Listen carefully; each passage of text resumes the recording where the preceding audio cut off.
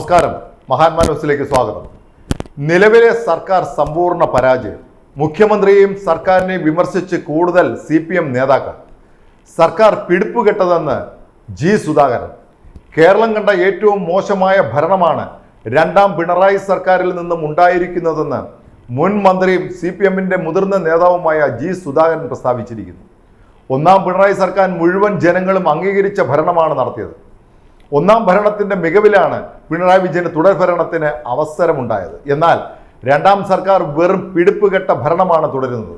ഒന്നാം പിണറായി സർക്കാരിന്റെ വാലിൽ കെട്ടാൻ പോലും യോഗ്യതയില്ലാത്ത ഭരണമാണ് നിലവിലുള്ളതെന്ന് സുധാകരൻ തുറന്നടിച്ചു. മന്ത്രിമാരും മുഖ്യമന്ത്രിയും പ്രസംഗത്തിൽ പറയുന്നതല്ലാതെ കേരളത്തിൽ ഒരു തരത്തിലുമുള്ള വികസനവും നടക്കുന്നില്ല.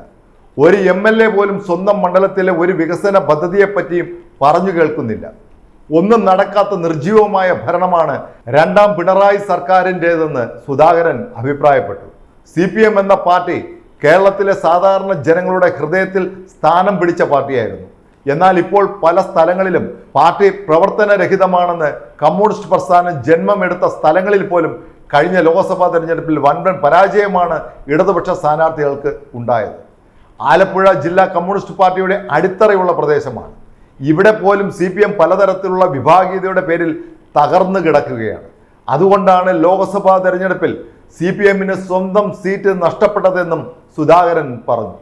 മുതിർന്ന നേതാവായ ജി സുധാകരന്റെ സർക്കാർ വിരുദ്ധ പ്രസ്താവനയ്ക്ക് പിന്നാലെയാണ് മുതിർന്ന മറ്റു ചില CPM നേതാക്കളും സർക്കാരിനും പാർട്ടി നേതൃത്വത്തിനുമെതിരെ ശബ്ദമുയർത്തി രംഗത്ത് വന്നിരിക്കുന്നത്. CPMന്റെ കണ്ണൂർ ജില്ലാ സെക്രട്ടറിയും കഴിഞ്ഞ ലോക്സഭാ തെരഞ്ഞെടുപ്പിൽ ഇടതുപക്ഷ മുന്നണി സ്ഥാനാർത്ഥിയുമായിരുന്ന MP ജയരാജനാണ് പാർട്ടിയുടെ പോക്കിനെപ്പറ്റി കടുത്ത ഭാഷയിൽ വിമർശനം ഉയർത്തിയിരിക്കുന്നത്.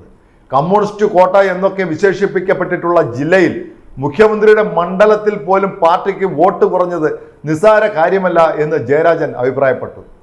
സർക്കാർ വിരുദ്ധ വികാരം ജനങ്ങളിൽ ഉണ്ടായിട്ടുണ്ട്. ഇതിന് കാരണമായ ഘടകങ്ങൾ വിശദമായി പരിശോധിക്കണമെന്നും ജയരാജൻ അഭിപ്രായപ്പെട്ടു.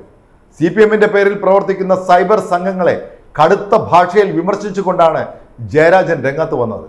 ഇവർ യഥാർത്ഥത്തിൽ പാർട്ടി അനുഭാവികളല്ല, മറിച്ച് പാർട്ടി ശത്രുക്കളാണെന്ന കാര്യം പാർട്ടി പ്രവർത്തകർ തിരിച്ചറിയണം.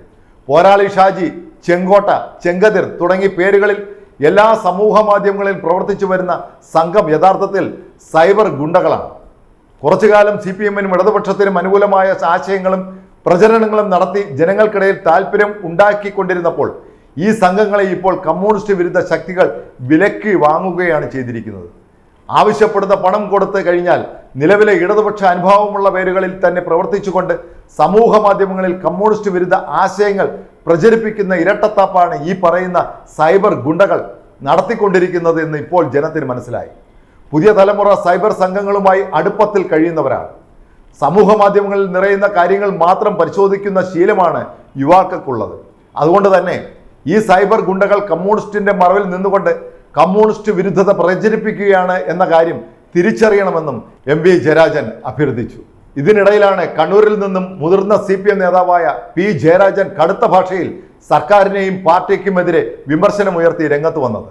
ഒന്നാം പിണറായി സർക്കാരുമായി സാമ്യപ്പെടുത്തുമ്പോൾ രണ്ടാം സർക്കാർ പൂർണ്ണ പരാജയമാണെന്നും മന്ത്രിമാരും മുഖ്യമന്ത്രിയും കൂടുതൽ ജാഗ്രതയോടുകൂടി പ്രവർത്തിച്ചില്ല എങ്കിൽ നിലവിലുണ്ടായിട്ടുള്ള സർക്കാർ വിരുദ്ധ തരംഗം നിലനിൽക്കുമെന്നുമായിരുന്നു ജയരാജന്റെ വിമർശനം.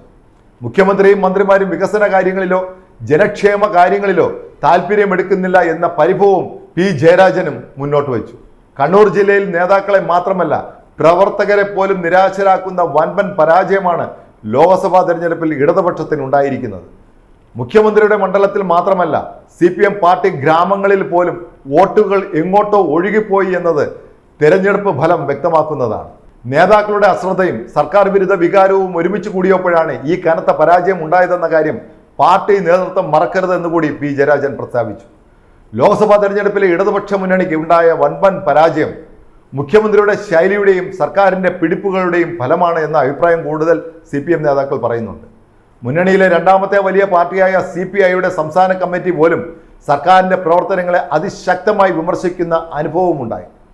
CPMന്റെ നേതാക്കളായ തോമസ് ഐസക്, P ബാലൻ, MA ബേബി, ശൈലജ ടീച്ചർ തുടങ്ങിയ നേതാക്കളും സർക്കാരിന്റെ പ്രവർത്തന ശൈലിയെ വിമർശിച്ചുകൊണ്ട് രംഗത്ത് വന്നിട്ടുണ്ട്. സർക്കാരിനും മന്ത്രിമാർക്കും പാകപ്പിഴകൾ സംഭവിച്ചാൽ അത് എടുത്തു പറഞ്ഞുകൊണ്ട് തിരുത്തൽ നടത്തേണ്ട പാർട്ടി നേതൃത്വം ഒന്നും മിണ്ടാതെ മൗനം പാലിച്ചത് ശരിയായില്ല എന്ന വിമർശനവും നേതാക്കളിൽ നിന്നും ഉയരുന്നുമുണ്ട്. നന്ദി.